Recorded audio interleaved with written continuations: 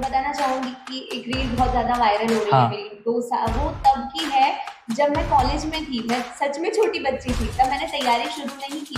आने वाले समय में 2026 का मान सकते हैं कि जनवरी में प्रीलिम्स, उसको लेकर आपकी अगर कोई बुक लिस्ट होगी तो वो क्या होगी? वहाँ पर अनुसूचित जाति और जनजाति के विद्यार्थियों को प्रीलिम्स, मेंस, इंटरव्यू सभी के लिए मार्गदर्शन दिया जाता है। वहाँ की एक कॉपी वायरल हुई है आपकी हिंदी की। 2023 का जब मैंने अपना पहला अटेम्प्ट किया था, प्रीलिम्स पहले ही अटेम्प्ट में क्वालिफाई हो गया था, लेकिन मेंस क्वालिफाई नहीं हो पाया था।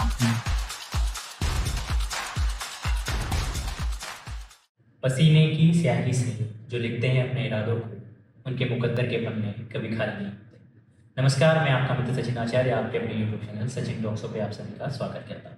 दंगल मूवी का हरियाणवी लैंग्वेज में एक फेमस डायलॉग है, हमारी छोरी छोरों से कम है क्या। प्रदेश की सबसे बड़ी एग्जाम जिसे आप और हम MPPSC के नाम से जानते हैं, उसे पास कर पाना हर किसी के बस की बात नहीं होती। ऐसे में न केवल MPPSC जैसे बड़ा एग्जाम क्रैक कर लें, बल्कि मात्र 23 वर्ष की उम्र में महिला वर्ग में रैंक प्रथम के साथ और ऑल ओवर रैंक में रैंक 5th के साथ डेप्यूटी कलेक्टर जैसे बड़े पद को हासिल करना ये किसी चमत्कार से कम नहीं हो सकता। मैं बात कर रहा हूँ आज की हमारी चेयर ऑफ द केस सुश्री हर्षिता दवे जी की।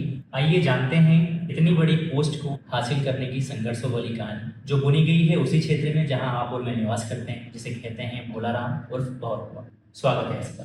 बहुत बहुत धन्यवाद और मैं आभारी हूँ आपकी कि आपने मुझे अवसर दिया आपके माध्यम से कई सारे युवाओं से जुड़ने का और उनसे बातचीत करने का। सबसे पहला सवाल, कैसी हैं आप वर्तमान में? बहुत अच्छी हूँ। लगभग 5-6 दिन हो चुके हैं, लेकिन आज भी इतनी थकावट के बावजूद जो आप एनर्जी मुझ में देख रहे हैं, उसका राज ये सफलता है और सचमुच बहुत परिवर्तन आया है, बहुत खुशी है, बहुत प्रसन्नता है। जहाँ जाती हूँ सब लोग इतने खुश हैं और उनकी खुशी देखकर मुझे लगता है कि दूसरे मेरी उपलब्धि पर मुझसे ज़्यादा खुश हैं। तो मेरी खुशी तो एक तरफ है ही, लेकिन दूसरों की खुशी देखकर मुझे ज़्यादा खुशी हो रही है। हमारी वास्तविक खुशी उसी समय आती है जब हम हमसे आशा रखने वालों को खुश करते हैं। बिल्कुल। मेरा दूसरा प्रश्न है आपसे, 23 वर्ष की उम्र में आपने MPPSC जैसे बड़े एग्जाम्स को क्रैक कर लिया, इसके लिए आपने कब से पढ़ना स्टार्ट कर दिया था? मैं जब 11th में थी तब मेरी मैम ने मुझे सुझाव दिया था कि तुम्हें आगे चलकर प्रशासनिक सेवा की तैयारी करनी चाहिए, इस प्रतियोगी परीक्षा की तैयारी करनी चाहिए। तो कहीं न कहीं तभी से मेरे दिमाग में ये बात मैंने तय कर ली थी कि मुझे जाना तो इसी क्षेत्र में है। लेकिन तैयारी प्रारंभ करने की अगर बात करूँ तो जब मेरा 2nd ईयर कंप्लीट होने वाला था और मात्र 1 वर्ष बचा था मेरे पहले अटेम्प्ट में, तब मैंने तैयारी प्रारंभ की और तभी से मैं लगभग 2 साल हो गए हैं। सितंबर 2023 में मैंने तैयारी प्रारंभ की थी और सितंबर 2025 में मुझे उस तैयारी का एक सकारात्मक परिणाम मिला है। 2022 में हालांकि मैंने कोचिंग ज्वाइन कर ली थी, लेकिन मैं बहुत एक्टिव थी डिबेट्स में, कॉलेज में, तो उसकी वजह से कंसिस्टेंसी मेंटेन नहीं हो पा रही थी और 2023 में वो कंसिस्टेंसी बनी और 2 साल मैंने पूरे अपने लक्ष्य के लिए समर्पित। जी, क्या कभी सोचा था कि इतने बड़े पद को मैं हासिल करूंगी या ऐसी उपलब्धि को हासिल करूंगी? देखिए, मैं लॉ ऑफ अट्रैक्शन में बिलीव करती हूँ। हमारे आसपास एक ऑरा बनता है अगर हम सकारात्मक रहते हैं तो, क्योंकि डेस्टिनी कहीं न कहीं हमें हमारे लक्ष्य की ओर खींचती है। बिल्कुल। और ये मैं नहीं कहती, ये विचार है स्वामी विवेकानंद के, श्री अरबिंदो के। तो मुझे विश्वास था कि मैं सफलता ज़रूर हासिल करूँगी, लेकिन ये बहुत अनप्रेडिक्टेबल है। जब हम इस सफ़र की शुरुआत करते हैं तो हमें नहीं पता होता कि कितना लंबा चलेगा और कब हमें सफलता मिलेगी। कई बार ऐसा होता है कि जो सफलता का रेशो है वो बहुत कम है। कई सारे विद्यार्थी परीक्षा लेते हैं, लेकिन सफलता बहुत चुनिंदा लोगों को मिलती है। बिल्कुल। तो कहीं न कहीं एक डर मन में होता है, लेकिन मैं कोशिश करती थी कि उस डर के आगे अपनी सकारात्मकता से मैं हमेशा अपनी जो अनकॉन्शियस माइंड है, अपना जो सबकॉन्शियस माइंड है, उसे ये विश्वास दिलाऊँ कि मैं कर सकती हूँ। और मैंने वही किया और इसका परिणाम सकारात्मक रहा और बहुत खुशी है उस बात की। MPPSC को हम पंचवर्षीय योजना के नाम से जानते हैं। जी। ऐसे में आपके पास ऐसा कौन सा मूल मंत्र आ गया कि इतने कम समय में आपने सफलता को हासिल कर लिया? देखिए, मैंने अभी सभी को यही बात कही है कि पंचवर्षीय योजना MPPSC इसलिए नहीं है क्योंकि वो ज़्यादा समय लेती है। पंचवर्षीय योजना इसलिए है क्योंकि आपका नियोजन सही नहीं है। अगर शुरुआत में ही कहीं हम भूल कर जाते हैं या आत्म अवलोकन नहीं कर पाते, तो हो सकता है कि कोई भी प्रतियोगी परीक्षा समय दे सकती है। लेकिन मैंने जो गलती की थी 2023 में, उसमें मैंने आत्म अवलोकन किया और मैंने खुद की गलतियों को पहचाना, क्योंकि हमारी गलती हमसे बेहतर और कोई नहीं बता सकता। हमें पता है कि हमने कहाँ-कहाँ गलती की और उस गलतियों को सुधारने की आवश्यकता है आपके अगले अटेम्प्ट में। प्रोग्रेस जिसे हम कहते हैं। अगर हम एक ही तरह से चलते रहेंगे इस रेस में तो न जाने कितना समय लग जाए, लेकिन अगर आपकी स्ट्रैटेजी सही है, आपकी रणनीति सही है, तो बहुत जल्दी भी हमें सफलता मिल सकती है। मेरे पास यही मंत्र था। प्रीलिम्स के लिए मैंने क्वेश्चंस लगाए, ठीक है। ज्यादा से ज्यादा रिविजन किया, फैक्चुअल है प्रीलिम्स। मेंस के लिए मैंने शॉर्ट नोट्स बनाए, क्योंकि शॉर्ट नोट्स के माध्यम से आप किसी भी बड़े सिलेबस को कवर कर सकते हैं। ज्यादा से ज्यादा रिविजन किया, टेस्ट सीरीज ज्वाइन की, आंसर राइटिंग की, अपनी कमियों को पहचान कर उस पर वर्क किया। इंटरव्यू के लिए मैंने अपने व्यक्तित्व पर काम किया, कई सारे मॉक भी दिए, कुछ गलतियां हुई, मार्गदर्शकों ने मुझे सुझाव दिया, उस पर काम किया। और व्यक्तित्व मुझे लगता है कि केवल 1-2 महीने में नहीं गढ़ा जाता, वो बचपन से गढ़ा जाता है जब आप इस समाज से जुड़ते हैं। तो मेरा यही उद्देश्य था कि मैं हर स्टेज का अप्रोच समझूं, हर स्टेज की डिमांड समझूं। प्रीलिम्स हमसे क्या चाहती है? प्रीलिम्स मुझे लगता है कि ज्ञान का परीक्षण है, पूरी फैक्चुअल है। हाँ। मेंस आपके लेखन कौशल का परीक्षण है, आपकी प्रेजेंटेशन, आपकी स्पीड, आपका टाइम मैनेजमेंट, उन सभी का प्रदर्शन है। इंटरव्यू आपके व्यक्तित्व का प्रदर्शन है कि आप में वो गुण है या नहीं जो एक प्रशासनिक अधिकारी के लिए आवश्यक है। क्योंकि प्रीलिम्स और मेंस रट कर पास कर लेना ही काफी नहीं है, आप में वो गुण होने चाहिए कि आप पर इतना बड़ा कार्यभार सौंपा जा सके। तो कहीं ना कहीं हर स्टेज अपने आप में अलग है और कुछ अलग डिमांड करती है, उस पर मैंने काम किया। जैसे अभ्यर्थी जो मात्र 22 या 23 वर्ष की उम्र में इतने बड़े एग्जाम्स को क्रैक कर लेते हैं, आमतौर पर हम देखते हैं कि 22 या 23 वर्ष के अभ्यर्थियों में या विद्यार्थियों में क्षमता का स्तर जो हम देखते हैं, तार्किकता का जो रूप देखते हैं, वो आमतौर पर कम होता है। तो कैसे आपने, जैसे हम एमपीपीएससी का अंतिम पड़ाव इंटरव्यू के रूप में जानते हैं, उसमें कैसे बेहतर प्रदर्शन किया? देखिए, मैं मानती हूँ कि अनुभव अपनी जगह है, लेकिन अनुभव के साथ साथ जो 22-23 वर्ष के अभ्यर्थी होते हैं, उनमें जो नवाचार होता है, जो ऊर्जा होती है, जो अलग एनर्जी होती है, वो भी कहीं ना कहीं मायने रखती है। और हर व्यक्ति अपने आप में अलग है। मैं इसको उम्र से जोड़कर नहीं देखती कि एक 30 वर्ष का अभ्यर्थी उतना अनुभवी है या उनमें उतनी तार्किकता है जितनी एक 23 वर्ष के अभ्यर्थी में न हो। सुधार से सब कुछ किया जा सकता है। एक 30 वर्ष का अभ्यर्थी भी कहीं ना कहीं गलती कर सकता है और एक 23 वर्ष का अभ्यर्थी भी वही गलती कर सकता है। तो मुझे लगातार जो जो सुझाव मिले, मैंने उस पर काम किया। अगर कहीं मुझे लगा कि मॉक इंटरव्यू में तार्किकता की कमी है, मॉक इंटरव्यू होते ही इसलिए कि आप प्रैक्टिस करें। प्रैक्टिस हुई, सुधारा। लेकिन एक बात मैं ये भी कहना चाहूंगी कि आपको हर चीज अपने ऊपर नहीं लेनी है। बिल्कुल। जितने मुंह उतनी बातें। आपका व्यक्तित्व बहुत सब्जेक्टिव है, कोई उसमें सकारात्मकता देखेगा, कोई उसमें नकारात्मकता देखेगा। हाँ, वैसे भी मार्केट में बहुत सारे बाबा ज्ञान देने के लिए घूमते हैं। बिल्कुल। तो आपको किस चीज को लेना है ये आपके ऊपर डिपेंड करता है। अगर आप हर सुझाव को अपने ऊपर उतारेंगे तो आपका व्यक्तित्व आपका अपना होगा ही नहीं, वो बनावटी होगा। तो मैंने ये डिसीजन लिया कि मैं केवल उन बिंदुओं को सुधारूंगी जो मेरी वास्तव में कमजोरी है, जो मुझे लगता है, और जो मेरी स्ट्रेंथ है उसको मैंने कभी परिवर्तित नहीं किया। मेरी स्ट्रेंथ है मेरा वाक कौशल, मेरा बात रखने का तरीका, मेरा प्रेजेंटेशन, तो मैं उस पर काम करती रही। इसके अलावा तार्किकता, आपका जेस्चर, आपका पोस्चर, आपका ईमानदारी अपने व्यक्तित्व के प्रति, अपने उत्तरों के प्रति, ये बहुत जरूरी है। आपने जब तैयारी करने का मन बनाया तो सबसे पहले आपके मन में क्या ख्याल आया था? सबसे पहले मैंने यही सोचा था कि सही रणनीति क्या हो। जैसा मैंने बताया, नियोजन बहुत जरूरी है। तो मैंने अब कई सारे लोगों से मार्गदर्शन लिया जो ऑलरेडी सिलेक्टेड हैं। एक दीदी है, उनसे मैंने बात की कि किस तरह से मुझे तैयारी शुरू करनी चाहिए। इसके अलावा मैंने एक कोचिंग भी ज्वाइन की, क्योंकि समय समय पर हमें पता नहीं होता कि किस तरह से हमें पाठ्यक्रम को पूरा करना है, किस दिशा में हमें आगे बढ़ना है। तो आजाद तीर्थ अकेडमी कोचिंग मैंने ज्वाइन की। वहां उन्होंने मुझे बहुत अच्छा गाइडेंस दिया, क्योंकि कंसोलिडेटेड स्टडी जिसे हम कहते हैं, प्री और मेंस दोनों वहीं से किया था, आजाद तीर्थ से? जी, प्रीलिम्स और मेंस दोनों वहीं से। ठीक है। और इंटरव्यू के लिए भी उन्होंने मुझे काफी मार्गदर्शन दिया कि किस तरह से आपको अपने डेप्थ पर काम करना है। तो मेरी पूरी तैयारी आजाद तीर्थ अकेडमी से हुई, लेकिन मैंने कई सारी कोचिंग में टेस्ट सीरीज भी ज्वाइन की। प्रीलिम्स की टेस्ट सीरीज हो, मेंस की टेस्ट सीरीज हो, मॉक इंटरव्यूज देना हो, तो दूसरी कोचिंग में भी मैंने इस तरह के कुछ अभ्यास किए। लेकिन मेरी जो बेस था वो वहीं से बना है, आजाद तीर्थ अकेडमी से मैंने, और वहां पर मुझे बहुत अच्छा मार्गदर्शन मिला कि किस तरह से मुझे आगे पढ़ाई करनी है। तो सबसे पहले तो दिमाग में यही था कि आगे की रणनीति क्या होनी चाहिए, उस पर मैंने काम किया। पढ़ाई शुरू की, तब कंसिस्टेंसी मेंटेन करने पर सबसे ज्यादा फोकस किया, क्योंकि मुझे लगता है कि हम कितने भी घंटे पढ़ाई करें, लेकिन एक कंसिस्टेंसी होना बहुत जरूरी है। अगर हम एक दिन पढ़ते हैं, 7 दिन नहीं पढ़ते हैं, तो कहीं ना कहीं हमारे बिहेवियर में वो चीज आ जाती है। तो हैबिचुअल होना पढ़ाई के साथ बहुत ज़रूरी है। अगर कोई बहुत ज़रूरी काम है तो मैं ये नहीं कहती कि आपको रोबोट की तरह रोज़ पढ़ना है, लेकिन कोशिश करें कि एक सतत प्रयास हो, एक सततता आपकी पढ़ाई में हो, कंसिस्टेंसी हो, इसी पर मैंने काम किया। आपके प्रत्युत्तर में 2 सवाल मेरे हैं। कोचिंग में टीचर के पढ़ाने में और सेल्फ तैयारी करने में, दोनों में क्या अंतर होता है? देखिए, ये किसी अभ्यर्थी का व्यक्तिगत निर्णय है कि वो कोचिंग जॉइन करना चाहते हैं या स्वयं से स्टडी करना चाहते हैं। अगर आपको लगता है कि आपके कॉन्सेप्ट्स क्लियर हैं, अगर आपको लगता है कि आप खुद से इतना बेहतर कर सकते हैं, तो उसके लिए तो आप बधाई के पात्र हैं। बहुत अच्छी बात है कि आप बिना किसी पैसे के खर्च किए आप खुद से पढ़ने में सक्षम हैं। तो आपको आपसे अच्छा मार्गदर्शन तो कोई दे ही नहीं सकता, बहुत अच्छी बात है। लेकिन मुझे लगता है कि मुझे आवश्यकता थी कि मैं कहाँ से शुरू करूँ? इतना बड़ा सिलेबस है, कुछ साइंस का पोर्शन है जो मेरा बैकग्राउंड नहीं रहा है। हाँ। आर्ट्स वाले साइंस पढ़ लेते हैं, साइंस वाले आर्ट्स आर्ट्स नहीं पढ़ पाते। तो कई सारे इस तरह के होते हैं।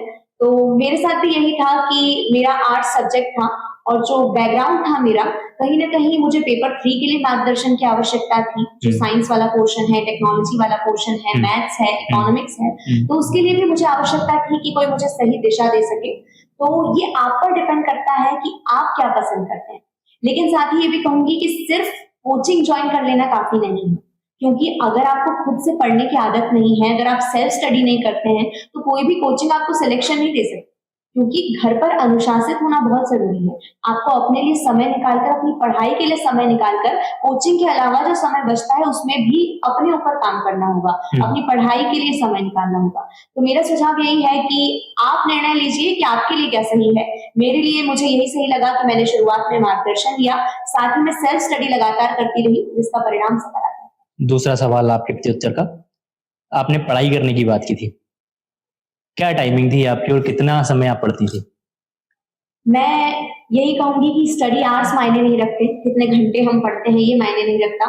अगर आप 18 घंटे भी सामने बुक लेकर बैठे हैं और डेडिकेशन नहीं है, एकाग्रता नहीं है, तो कोई मतलब नहीं है। अगर आप 4 घंटे में इतने अच्छे से पढ़ाई कर सकते हैं कि आप 10 घंटे वाले से ज़्यादा पढ़ाई कर रहे हैं, तो वो मायने रखता है। क्वांटिटी नहीं, क्वालिटी मायने रखती है। मेरा एवरेज स्टडी टाइम होता था 10 से 12 घंटे, कभी-कभी बहुत ज़्यादा भी चले जाता था जब एग्ज़ाम्स नज़दीक आती थी, कभी कम भी हो जाता था। अभी जैसे 25 की मेंस की जब मैं तैयारी कर रही थी, तब डेट्स नहीं आई थी, तो 6 से 8 घंटे भी कभी-कभी चला जाता था, कभी 10 घंटे। तो एक मुझे ये लगता है कि कंसिस्टेंसी ज़रूरी है, रोज़ पढ़ें। रोज़ कितने घंटे पढ़ें ये मायने नहीं रखता, आपके टारगेट पूरे हैं। क्योंकि आप कितने भी घंटे पढ़ें, अगर आपके टारगेट जो आपने रोज़ टुकड़ों में बाँट कर निश्चित किए हैं कि मुझे आज इतना करना है, वो पूरे नहीं होते तो वो घंटे मायने नहीं रखते। मेरे टारगेट रोज़ पूरे होते हैं। समय मन कर रहा है उस समय पढ़ने बैठ जाना चाहिए या टारगेट के साथ बैठना चाहिए? मुझे लगता है कि अगर एक सिस्टमैटिक पढ़ाई हो, अगर आपको पता है कि आज मुझे क्या करना है, तो आप बेहतर ढंग से उस पर कार्य कर सकते हैं। अगर हमारी एक टाइम टेबल बना हुआ होता है कि आज मुझे इतने-इतने टॉपिक्स करने हैं, क्योंकि सिलेबस बहुत बड़ा है। अगर आपका एक दिन मन हुआ कि आज मैं इसको लेकर बैठ जाता हूँ, तो आपको समझ नहीं आएगा कि आज मुझे क्या पढ़ना है, कल मुझे क्या पढ़ना है और मैं सही दिशा में पढ़ रहा हूँ या नहीं। तो बहुत ज़रूरी है कि आप कुछ-कुछ छोटे-छोटे टुकड़ों में लक्ष्य बनाइए। इससे फ़ायदा ये होगा कि जब आपके वो लक्ष्य होते जाएँगे, तो आप टिक करते जाएँगे, तो आपको समझ आएगा कि मैंने जो सोचा आज मैंने वो कर लिया। पूर्ण कर तो लिया। आज का मेरा लक्ष्य पूरा हुआ। बहुत बड़े लक्ष्य निर्धारण करने से पहले छोटे-छोटे लक्ष्य निर्धारित करना आवश्यक है। इसमें भी मैं यही सलाह दूँगी कि अगर आपको लगता है कि आप बिना टारगेट के, बिना टाइम टेबल के अच्छे से पढ़ रहे हैं, तो कोई बुरी बात नहीं है, बहुत अच्छी बात है। लेकिन मैं अपने लिए टाइम टेबल सेट करती थी कि आज मुझे इतने टॉपिक्स करने हैं और जब वो हो जाते थे, तो मुझे अच्छा लगता था कि आज की मेरी पढ़ाई कुछ सार्थक रही। की भाषा को मुझे सुनकर ऐसा मन में ऐसा प्रतीत हो रहा है कि कहीं न कहीं आप सरस्वती की विद्यार्थी रही हैं। क्या मैं सही हूँ? जी 3rd क्लास तक मैं सरस्वती शिशु मंदिर में मैंने पढ़ाई की है। उसके बाद मैंने अपना स्कूल चेंज किया था, श्री माता विद्यापीठ इंदौर से मैंने पढ़ाई की। इसी क्वेश्चन को मैं आगे बढ़ाता हूँ। आपका ग्रेजुएशन कहाँ से हुआ और किस स्ट्रीम में हुआ? जी, मैंने ग्रेजुएशन में बीए किया है, इतिहास, राजनीति विज्ञान और समाजशास्त्र मेरे विषय रहे हैं। मैंने समाज विज्ञान अध्ययनशाला, देवी अहिल्या विश्वविद्यालय का ही एक डिपार्टमेंट है, वहीं अच्छा। से पढ़ाई। ठीक है। अभ्यर्थी जिन सब्जेक्ट्स को, जैसे आप आर्ट्स बैकग्राउंड के, ऐसे अभ्यर्थी जो साइंस बैकग्राउंड के हैं, कॉमर्स बैकग्राउंड के, वो उन सब्जेक्ट को कभी नहीं पढ़ पाते जो पीएससी में होते हैं। ऐसे में उन सब्जेक्ट को आपने पीएससी के क्षेत्र में आकर कैसे तैयार किया? मेरा बैकग्राउंड आर्ट्स का था, तो जो इतिहास है, राजनीति विज्ञान है, समाजशास्त्र है, ये कुछ विषय तो मैंने पढ़े पहले ही से थे पढ़े जो होते। मेंस के सिलेबस में काफी हाँ। कुछ क्वेश्चन कवर कर लेते हैं। इसके अलावा साइंस का मेरा बैकग्राउंड नहीं था, तो मैंने सबसे पहले और सबसे ज्यादा समय उसी को दिया। एक मैथ्स की बात भी आती है इसमें कि जी। मैथ्स जो आर्ट्स वाले के लिए या बायो बहुत बैकग्राउंड वाले के लिए मुश्किल बहुत मुश्किल चीज़, उसको कैसे प्रेफर किया था फिर आपने? मैंने मैथ्स के लिए एक सर हैं राजेश सर, उनका मैं नाम लेना चाहूंगी। उनसे मैंने पर्सनली कोचिंग लेकर पढ़ाई की थी मैथ्स के लिए। उन्होंने मुझे बहुत अच्छे से, जब मेंस नजदीक आ रही थी, तो मैथ्स के सारे कॉन्सेप्ट्स क्लियर किए थे, क्योंकि मेरा सबसे बड़ा डर ही मैथ्स और साइंस था। क्योंकि मेरे बाकी सब्जेक्ट्स अच्छे थे, ये मैं जानती थी, और मुझे विश्वास था कि उसमें मैं और बेहतर करूंगी अगर मैं काम करूंगी। हिंदी मेरा बहुत अच्छा था, हिंदी पर पकड़ मजबूत थी। निबंध मेरा अच्छा था, डिबेटर रही हूँ, तो कहीं ना कहीं एक विषय तो मुझे मिल ही जाता था जो मैंने भाषण दे रखा था। हाँ। तो मेरे पेपर्स पर पकड़ अच्छी थी। लेकिन पेपर 3 को मैंने सबसे ज्यादा समय इसलिए दिया क्योंकि हर पेपर क्वालिफाई होना बहुत जरूरी है। आपको किसी भी सब्जेक्ट में पीएचडी नहीं करनी है कि आपको हर सब्जेक्ट में बहुत अच्छे मार्क्स से, लेकिन हर पेपर क्वालिफाई होना बहुत जरूरी है। तो अगर मैं बाकी 5 पेपर में बहुत अच्छा कर जाती और पेपर 3 क्वालिफाई भी नहीं कर पाती, तो कहीं ना कहीं मेरी मेंस क्वालिफाई नहीं हो पाती। तो मैंने इसी पर फोकस किया कि पेपर 3 को अगर ज्यादा समय की आवश्यकता है तो मैं उसे बिल्कुल ज्यादा समय देती थी। अगर विशेष उसके लिए किसी के मार्गदर्शन की आवश्यकता है तो मैं उनसे मैथ्स भी पढ़ती थी, साइंस भी पढ़ती थी। साइंस के लिए मैं हमेशा कोचिंग जाती थी, तो क्लास नोट्स बनाए मैंने साइंस के। बाकी सब्जेक्ट्स में मैं जो फोटोकॉपी की दुकान है हमारी भंवरकुआ पर, सब जानते हैं, वहीं पर नोट्स लेते हैं, तो बाकी मैं बिना क्लास के भी पढ़ लेती थी सेल्फ स्टडी से। लेकिन पेपर 3 के लिए मैं क्लास ज्वाइन करती थी और क्लास नोट्स। इतनी गंभीर और सुदृढ़ हिंदी का अपनी भाषा में प्रत्युत्तर में मुझे आंसर कर रही हैं। आपकी लाइफ को जब मैंने सोशल मीडिया के माध्यम से आंकलित करने का, पॉडकास्ट लेने के पहले जब मैंने आपको सर्च किया था, मैंने ये पाया कि चंचलता से परिपूर्ण और नटखट और एक शैतानी बच्ची मुझे आपके किरदार में दिखी, क्योंकि कई रील्स मैंने देखी उनको। ऐसे में एक लोक सेवक बनने का सृजन आप में, या ऐसे गुणों का सृजन आप में कैसे हुआ? देखिए, जो रील्स की दुनिया है और जो रियल की दुनिया है, दोनों बहुत अलग है। मैं बताना चाहूंगी कि एक रील बहुत ज्यादा वायरल हो रही है हाँ। मेरी 2 साल, वो तब की है जब मैं कॉलेज में थी। मैं सच में छोटी बच्ची थी, तब मैंने तैयारी शुरू नहीं की थी। उसके बाद तैयारी शुरू करते समय मुझ में जो परिपक्वता आई, वो आप देख सकते हैं। तो मुझे लगता है कि लोक सेवक के जो गुण हैं, उसके लिए ईमानदारी बहुत जरूरी है, बिल्कुल। संवेदनशीलता बहुत जरूरी है, जो मेरे अंदर तब भी थी और अब भी है। एक किस्सा मैं आपको सुनाना चाहूंगी, बहुत छोटी थी। एक कविता की कार्यशाला थी और मुझे बुलाया गया था कि कोई कविता आप सुनाना चाहें तो सुना सकती हूँ। हाँ। मैंने एक कविता सुनाई थी, मछली जल की रानी है, जीवन उसका पानी है, हाथ लगाओ डर जाएगी, बाहर निकालो मर जाएगी। तो मुझसे पूछा गया कि क्या आपको ये कविता पसंद है? हाँ। तो मैंने कहा नहीं, मुझे पसंद नहीं है। बाल सुलभ जो चंचलता थी, तब मैंने कह दिया मुझे पसंद नहीं है। हाँ। उन्होंने पूछा कि आपको इसमें क्या कमी दिखाई देती है? तब मैंने बताया कि जब हमें पता है कि हाथ लगाओ तो डर जाती है, तो हम उसे हाथ लगाते हाँ, क्यों? why are you और जब touching? पता है कि उसे बाहर निकालो तो मर मर भी जाएगी, तो जाएगी। उसे बाहर निकालते क्यों हैं? हाँ। तो ये जो संवेदनशीलता है वो मेरे अंदर बचपन से थी, और वही संवेदनशीलता आज भी है। ईमानदारी मेरे अंदर बचपन से थी। मैं जब पोस्ट प्रेफरेंस डिसाइड कर रही थी, तो मैंने कई सारे लोगों से सुझाव लिए थे कि किस पोस्ट को मुझे पहले प्राथमिकता बता देनी देनी चाहिए। चाहिए। तो मैंने उनसे ये प्रश्न किया कि ऐसी कौन सी पोस्ट है जिससे मैं लोगों से जुड़कर काम कर सकूं और ईमानदारी से काम कर सकूं। तो उन्होंने मुझे एक बात कही थी कि पद ईमानदार नहीं होता, व्यक्ति ईमानदार होता है। और अगर आप इस उद्देश्य के साथ प्रशासन में आई हैं कि आपको ऐसी पोस्ट चाहिए जिसमें आप ईमानदार रह सके, तो मैं कह सकता हूँ कि आप किसी भी पोस्ट पर जाएं, आप ईमानदार रहें। तो ये कहीं ना कहीं जो गुण है वो मेरे अंदर हमेशा से थे। जो रील्स हैं वो काफी पुरानी है, पढ़ाई के दौरान मैं रील्स नहीं बना रही थी। पढ़ाई के दौरान मैं केवल पढ़ाई पर फोकस कर रही थी, मेरा लक्ष्य एक ही था। तो यही कहूंगी कि अगर आपका लक्ष्य निर्धारण सही हो, अगर आपके व्यक्तित्व में वो गुण हो जो एक प्रशासक के व्यक्तित्व में होने चाहिए, नेतृत्व कौशल मेरे अंदर था बचपन से, तो कहीं ना कहीं मुझे लगता है कि मैं एक अच्छे प्रशासक के तौर पर खड़ी हूँ। आपके सिलेक्शन में ऐसी कौन सी मूल बातें हैं जिनके कारण आपका सिलेक्शन हुआ? देखिए, मैं अपनी सफलता के जो 3 मंत्र कहती हूँ, पहला है परिश्रम। परिश्रम के बिना आपकी नियति, आपका भाग्य भी आपका साथ नहीं देता। बिल्कुल। क्योंकि अगर परिश्रम नहीं है तो आपके भाग्य में कुछ भी लिखा हो, लेकिन परिश्रम के बिना आपको वो प्राप्त नहीं हो सकता। परिश्रम बहुत महत्वपूर्ण है। दूसरा है धैर्य, क्योंकि ये सफर बहुत लंबा है या बहुत छोटा है हमें नहीं पता, कहाँ तक हमें लेकर जाएगा हमें नहीं पता। धैर्य, पेशेंस होना बहुत जरूरी है। तीसरा है सतत प्रयास। सतत प्रयास इसलिए आवश्यक है क्योंकि एक अटेम्प्ट में अगर नहीं होता है तो हम फिर से नई एनर्जी के साथ लग जाते हैं दूसरे अटेम्प्ट के प्रयास में। जी दूसरे अटेम्प्ट में नहीं होता है, फिर से हम एनर्जी लगा देते हैं तीसरे अटेम्प्ट में।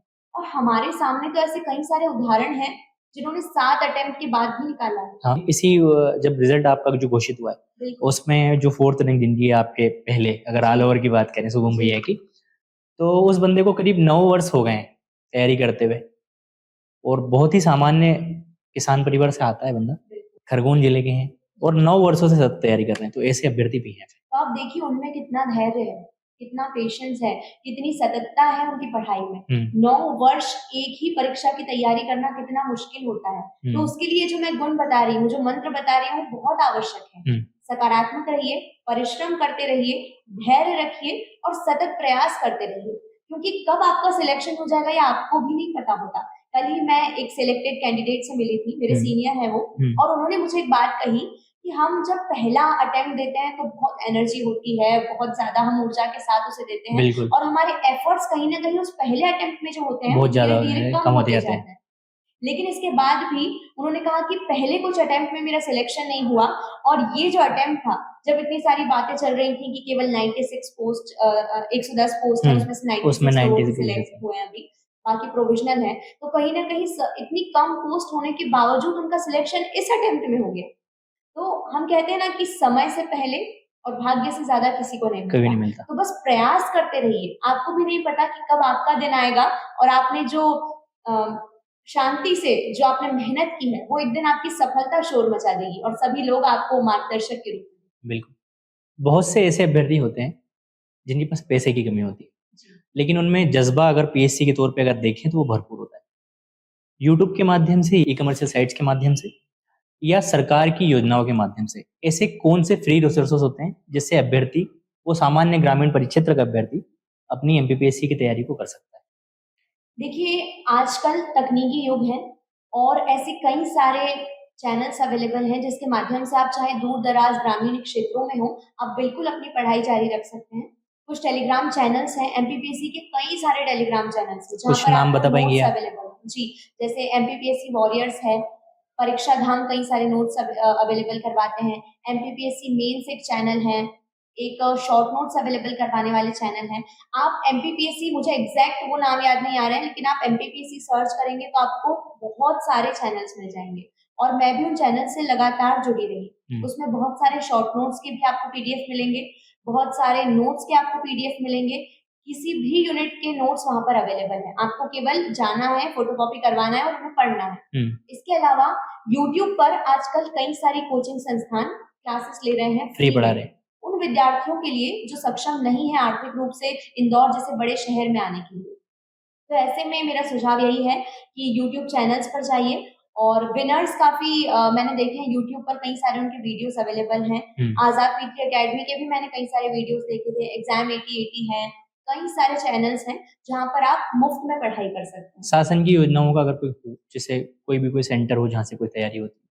जी, हम देख रहे हैं कि जो पीएससी का अप्रोच है, डायरेक्शन है, योजनाएं और इकोनॉमिक सर्वे से काफी क्वेश्चंस प्रीलिम्स में भी आ रहे हैं, मेंस में भी आ रहे हैं। तो उसके लिए जनसंपर्क विभाग की जो वेबसाइट है बहुत लाभदायक है। मैं खुद जुड़ी हुई हूँ जनसंपर्क विभाग की वेबसाइट को, मैंने फॉलो कर रखा है, चाहे टेलीग्राम हो, इंस्टाग्राम हो, उस पर कई बार ऐसी योजनाएं आ जाती थी या ऐसी कोई नई एमपी की करंट अफेयर्स की न्यूज आ जाती थी जो मुझे आंसर राइटिंग के समय या क्वेश्चंस लगाते समय याद आ जाती थी, क्योंकि हम जो देखते हैं हम वो कभी नहीं भूलते। तो मैं यही सुझाव दूंगी कि जनसंपर्क विभाग को अगर आप उससे जुड़े रहते हैं तो आपको लगातार अपडेट्स मिलती रहेंगी एमपी की योजना। और साथ ही वे अभ्यर्थी, जैसा आपने जिक्र किया कि जो आर्थिक रूप से सक्षम नहीं है अपनी तैयारी करने के लिए, या वो इंदौर नहीं आ सकते, कोई कोचिंग ज्वाइन नहीं कर सकते, तो उनके लिए एक बहुत ही अच्छा सुझाव ये है कि परीक्षा पूर्व प्रशिक्षण केंद्र जो शासन द्वारा संचालित है, पीईटीसी के नाम से इसको जानते हैं, बिल्कुल बिल्कुल, वहां पर अनुसूचित जाति और जनजाति के विद्यार्थियों को प्रीलिम्स, मेंस, इंटरव्यू सभी के लिए मार्गदर्शन दिया जाता है, बहुत अच्छी तैयारी करवाई जाती है। मैंने कई बार न्यूज़पेपर में पढ़ा है कि इस तरह की तैयारी करवाई जा रही है, तो वो भी लाभदायक है। आपके पास बहुत सारे सुविधाएं हैं, बस सही जगह उसका इस्तेमाल करना है। बिल्कुल।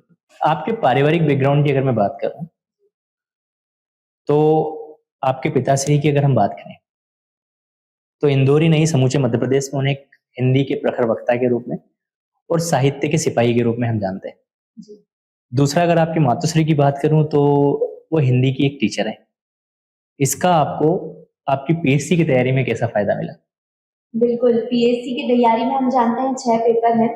बाकी 4 पेपर में जिस भी मीडियम में आप लिखें, उस पर जिस भी भाषा में आप लिखें, उस पर पकड़ होना बहुत ज़रूरी है। तो मेरी मम्मी चूँकि हिंदी की शिक्षिका हैं, तो हिंदी पर पकड़ मेरी बचपन से ही अभी थोड़े दिन पहले महात्मा गांधी एक इंस्टीट्यूट है, अच्छा, वहाँ की एक कॉपी वायरल हुई है आपकी हिंदी की, उसमें आई थिंक 169 मार्क्स है। हाँ, तो आप देखिए आमतौर पे मैंने कभी इतने मार्क्स नहीं देखे तो ये उसी का परिणाम है। बिल्कुल, मेरी मम्मी ने मुझे लगातार मार्गदर्शन दिया हिंदी के लिए। हाँ। हिंदी मेरी उसी से मजबूत हुई। इसके अलावा मैं अपनी वीडियो सुनती थी। मेरे पास लगभग मेरे डिबेट और भाषण की 70 से 80 वीडियोस हैं, जहां आप सोचिए कि एक दिन पहले निबंध के लिए हमें इतने सारे टॉपिक्स पढ़ने की आवश्यकता होती है, वहीं मेरे लिए निबंध की तैयारी इतनी अच्छी होती थी कि मैं केवल सुनती थी और अगले दिन उसको पेपर में जाकर उतार देती। ठीक है। तो मेरी तैयारी तो इसी प्रकार से हुई, बहुत महत्वपूर्ण योगदान रहा और साथ ही मेरे परिवार का बहुत महत्वपूर्ण योगदान रहा। मेरी नानी जी, मैं बहुत छोटी सी थी तब कहती थी कि मैं जब ननिहाल जाती थी और वहां से इंदौर लौटना होता था, तो मुझे अच्छा नहीं लगता था कि मैं नानी के पास इतने दिन रही, अब वापस घर जाना है। तो वो मुझे कहती थी कि तुम एक दिन यहाँ पर आओगी तो कलेक्टर बनकर आना। हम कहते हैं ना कि दिन में एक बार माँ सरस्वती आपकी जबान पर विराजती है, तो ऐसा कुछ हुआ है आपके साथ? बिल्कुल, तो उन्होंने कहा था कि कलेक्टर बनकर आना, और आज कहीं ना कहीं वो सच हो गया है कि मैं डिप्टी कलेक्टर बन गई हूँ। तो हमारे जो बड़े हैं, बुजुर्ग हैं, वो जो आशीर्वाद देते हैं, वो जो मार्गदर्शन देते हैं, वो उसकी तो कोई तुलना नहीं की जा सकती। आपके कौशल को और आपकी रणनीतियों को देखकर ऐसा लगता है कि डेपुटी तो बहुत जल्दी हटने वाला है नाम के आगे से। हर्षिता, आपकी एमपीपीएससी की इस यात्रा में क्या ऐसा कोई समय था जब आप डिस्ट्रैक्शन में गई हो? बिल्कुल, मैंने भी असफलता का दौर देखा है। 2023 का जब मैंने अपना पहला अटेम्प्ट दिया था, प्रीलिम्स पहले ही अटेम्प्ट में क्वालिफाई हो गया था, लेकिन मेंस क्वालिफाई नहीं हो पाया था। तो कहीं ना कहीं उस दौर में हम देखते हैं कि कुछ एंजाइटी होती है या डीमोटिवेशन आ जाता है, लेकिन मैं उससे भी उभरी और परिवार और दोस्तों ने बहुत साथ दिया। उस समय में मुझे लगातार लोग मोटिवेट करते रहते थे। मुझे कभी किसी ने ये नहीं कहा कि तुम्हारा सिलेक्शन नहीं होगा। मुझे रिश्तेदार भी यही कहते थे। रिश्तेदारों के टॉन्ट लोग कहते हैं, काफी मजाक उड़ाते हैं कि रिश्तेदार के टॉन्ट काम करते हैं, लेकिन मुझे किसी रिश्तेदार ने कभी कोई टॉन्टिंग नहीं की। हमेशा मुझे मोटिवेट करते रहते थे उस समय में कि तुम्हारा सिलेक्शन जरूर होगा, आज नहीं तो कल, लेकिन होगा। तो कहीं ना कहीं उस डिमोटिवेशन के दौर में भी हमें बहुत जरूरत है स्थिरता की, स्टेबिलिटी की और शांति की, क्योंकि अगर आप स्टेबल होंगे तो आप अगली तैयारी बेहतर ढंग से कर पाएंगे। शांति या मेंटल पीस की हम बात करें, प्रीलिम्स का जब एग्जाम हाल में तो कई बार ये होता है कि बोले तो उस समय मेंटल पीस को और ओवरथिंक कैसे बनाया? देखिए, ये सभी के साथ होता है। जो एंजाइटी है एग्जाम हॉल की, वो केवल वही अनुभव कर सकता है जो वहां पर बैठा है। मेरे साथ भी ऐसा हुआ था कि मेरा 23 का जब अटेम्प्ट था, तो कहीं ना कहीं एंजाइटी हुई थी मेंस के दौरान, लेकिन मैंने उस पर भी काम किया और मेरी पूरी कोशिश ये रहती थी कि एग्जाम के दौरान मुझे किसी प्रकार की नर्वसनेस ना हो, क्योंकि जब हम आंसर लिखते हैं या गोले भरते हैं प्रीलिम्स में, तो वहां ये नहीं देखा जाता कि आपने कौन से त्याग किए हैं, आपने कितनी मेहनत की है। वहां केवल ये देखा जाएगा कि आपके आंसर्स कितने सही है। तो मेरा यही रहता था, स्ट्रेटेजी यही रहती थी कि उन 2 घंटे के दौरान प्रीलिम्स के और मेंस के 3 घंटे के दौरान मुझसे ऐसी कोई गलती ना हो जो मेरी इतनी लंबी मेहनत पर पानी फेर दे। तो उसके लिए मैं कोशिश करती थी कि एग्जाम के एक दिन पहले मैं मेडिटेशन करती थी। मेडिटेशन का मैंने लगातार अभ्यास किया था कि रोज सुबह उठकर मैं मेडिटेशन और योगा करती थी। स्वामी प्रेमानंद जी को मैं सुनती थी, उससे मुझे बहुत पॉजिटिविटी आती थी कि जीवन में बहुत सकारात्मकता है, जिंदगी बहुत लंबी है और हम जो लक्ष्य सोच रहे हैं वो बहुत छोटा है। प्रेमानंद जी महाराज को आपने कब से सुनना प्रारंभ कर दिया था? इस तैयारी के दौरान ही मैंने सुना, क्योंकि जब हम छोटे होते हैं तो हमें स्पिरिचुअल जो पावर है उसका अंदाजा नहीं होता कि वो किस तरह से काम करती है। लेकिन मेरा मानना ये है कि आध्यात्मिकता और मनोविज्ञान दोनों साथ साथ काम करता है। स्पिरिचुअलिटी में भी एक मनोविज्ञान है, क्योंकि मैंने जैसा बताया कि हमारा जो सबकॉन्शियस माइंड है वो काम करता है एग्जाम के दौरान। कॉन्शियसली तो हमने बहुत पढ़ाई कर ली है, हम सभी अभ्यर्थी बहुत पढ़ते हैं, लेकिन हमारा जो सबकॉन्शियस माइंड है, अगर उस एग्जाम के दौरान हमें एंजाइटी हो जाती है तो उस कॉन्शियस मेहनत का कहीं ना कहीं हमें प्रतिफल नहीं मिल पाता। तो बहुत जरूरी है कि आप इस तरह की स्पिरिचुअलिटी में भी अगर आप मानते हैं तो आप चाहें तो श्री श्री रविशंकर जी को भी सुन सकते हैं। कई सारी ऐसी वीडियोस अवेलेबल हैं जिससे आपको मानसिक शांति मिलती है। सबसे पहले अपने परिवार से बातचीत कीजिए, उनके साथ अपनी फीलिंग्स को साझा कीजिए, अपने दोस्तों से बातचीत कीजिए। अगर आज पढ़ाई में मन नहीं लग रहा है तो अपने लिए समय निकालिए। अगर आपको संगीत सुनना पसंद है, संगीत सुनिए। नृत्य में रुचि है, नृत्य करिए। अगर आपको अपने लिए कुछ अपनी हॉबी के लिए समय निकालना है, उसके लिए समय निकालिए। ठीक है। प्रीवियस ईयर क्वेश्चंस की कितनी उपयोगिता आने वाले एग्जाम्स में होती है?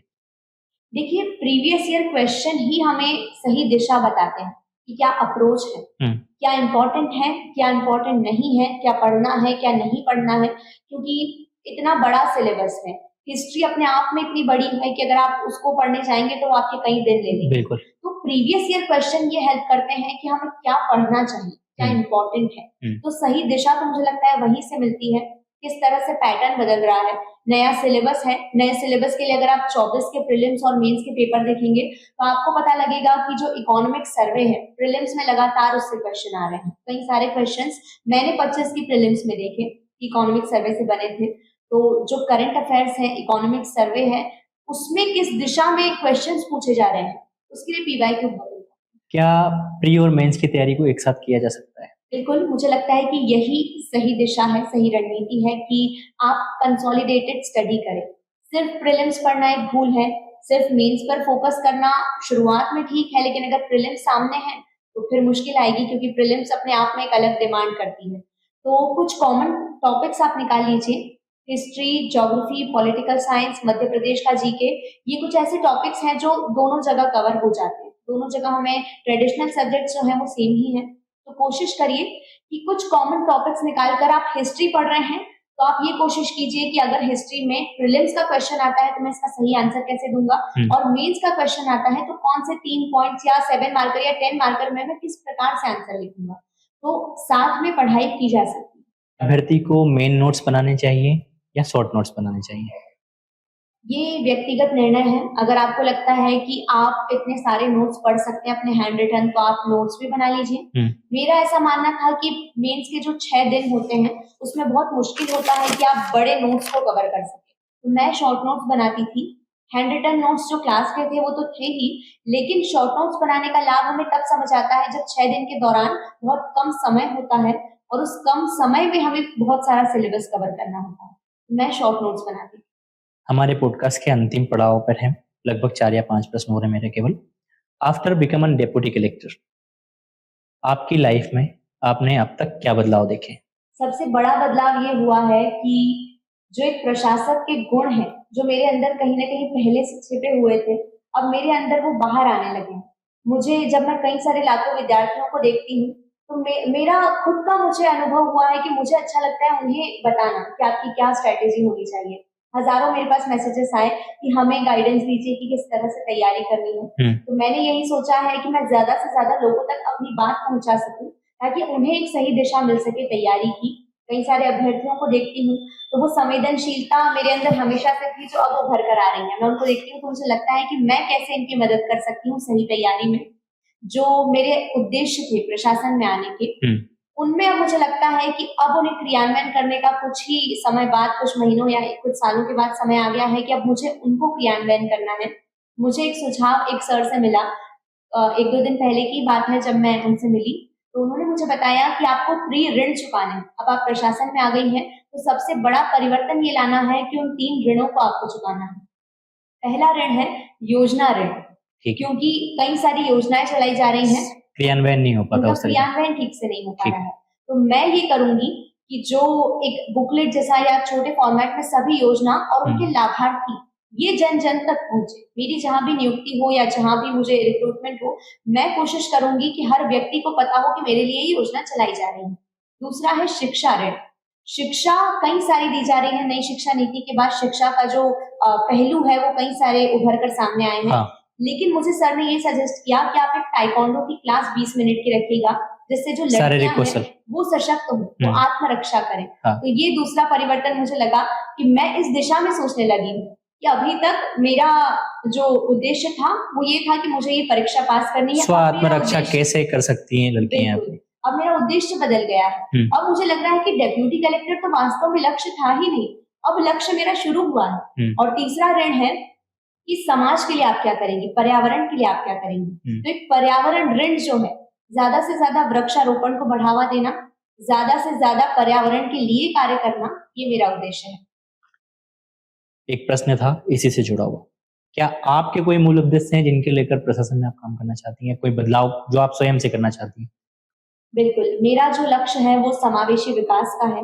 मेरा लक्ष्य यही है कि समाज के अंतिम पंक्ति के अंतिम व्यक्ति तक हर योजना का लाभ पहुंचे, समाज के विकास का लाभ पहुंचे, क्योंकि कहीं ना कहीं आज भी एक तबका मौजूद है जो विकास का लाभ नहीं ले पा रहा है।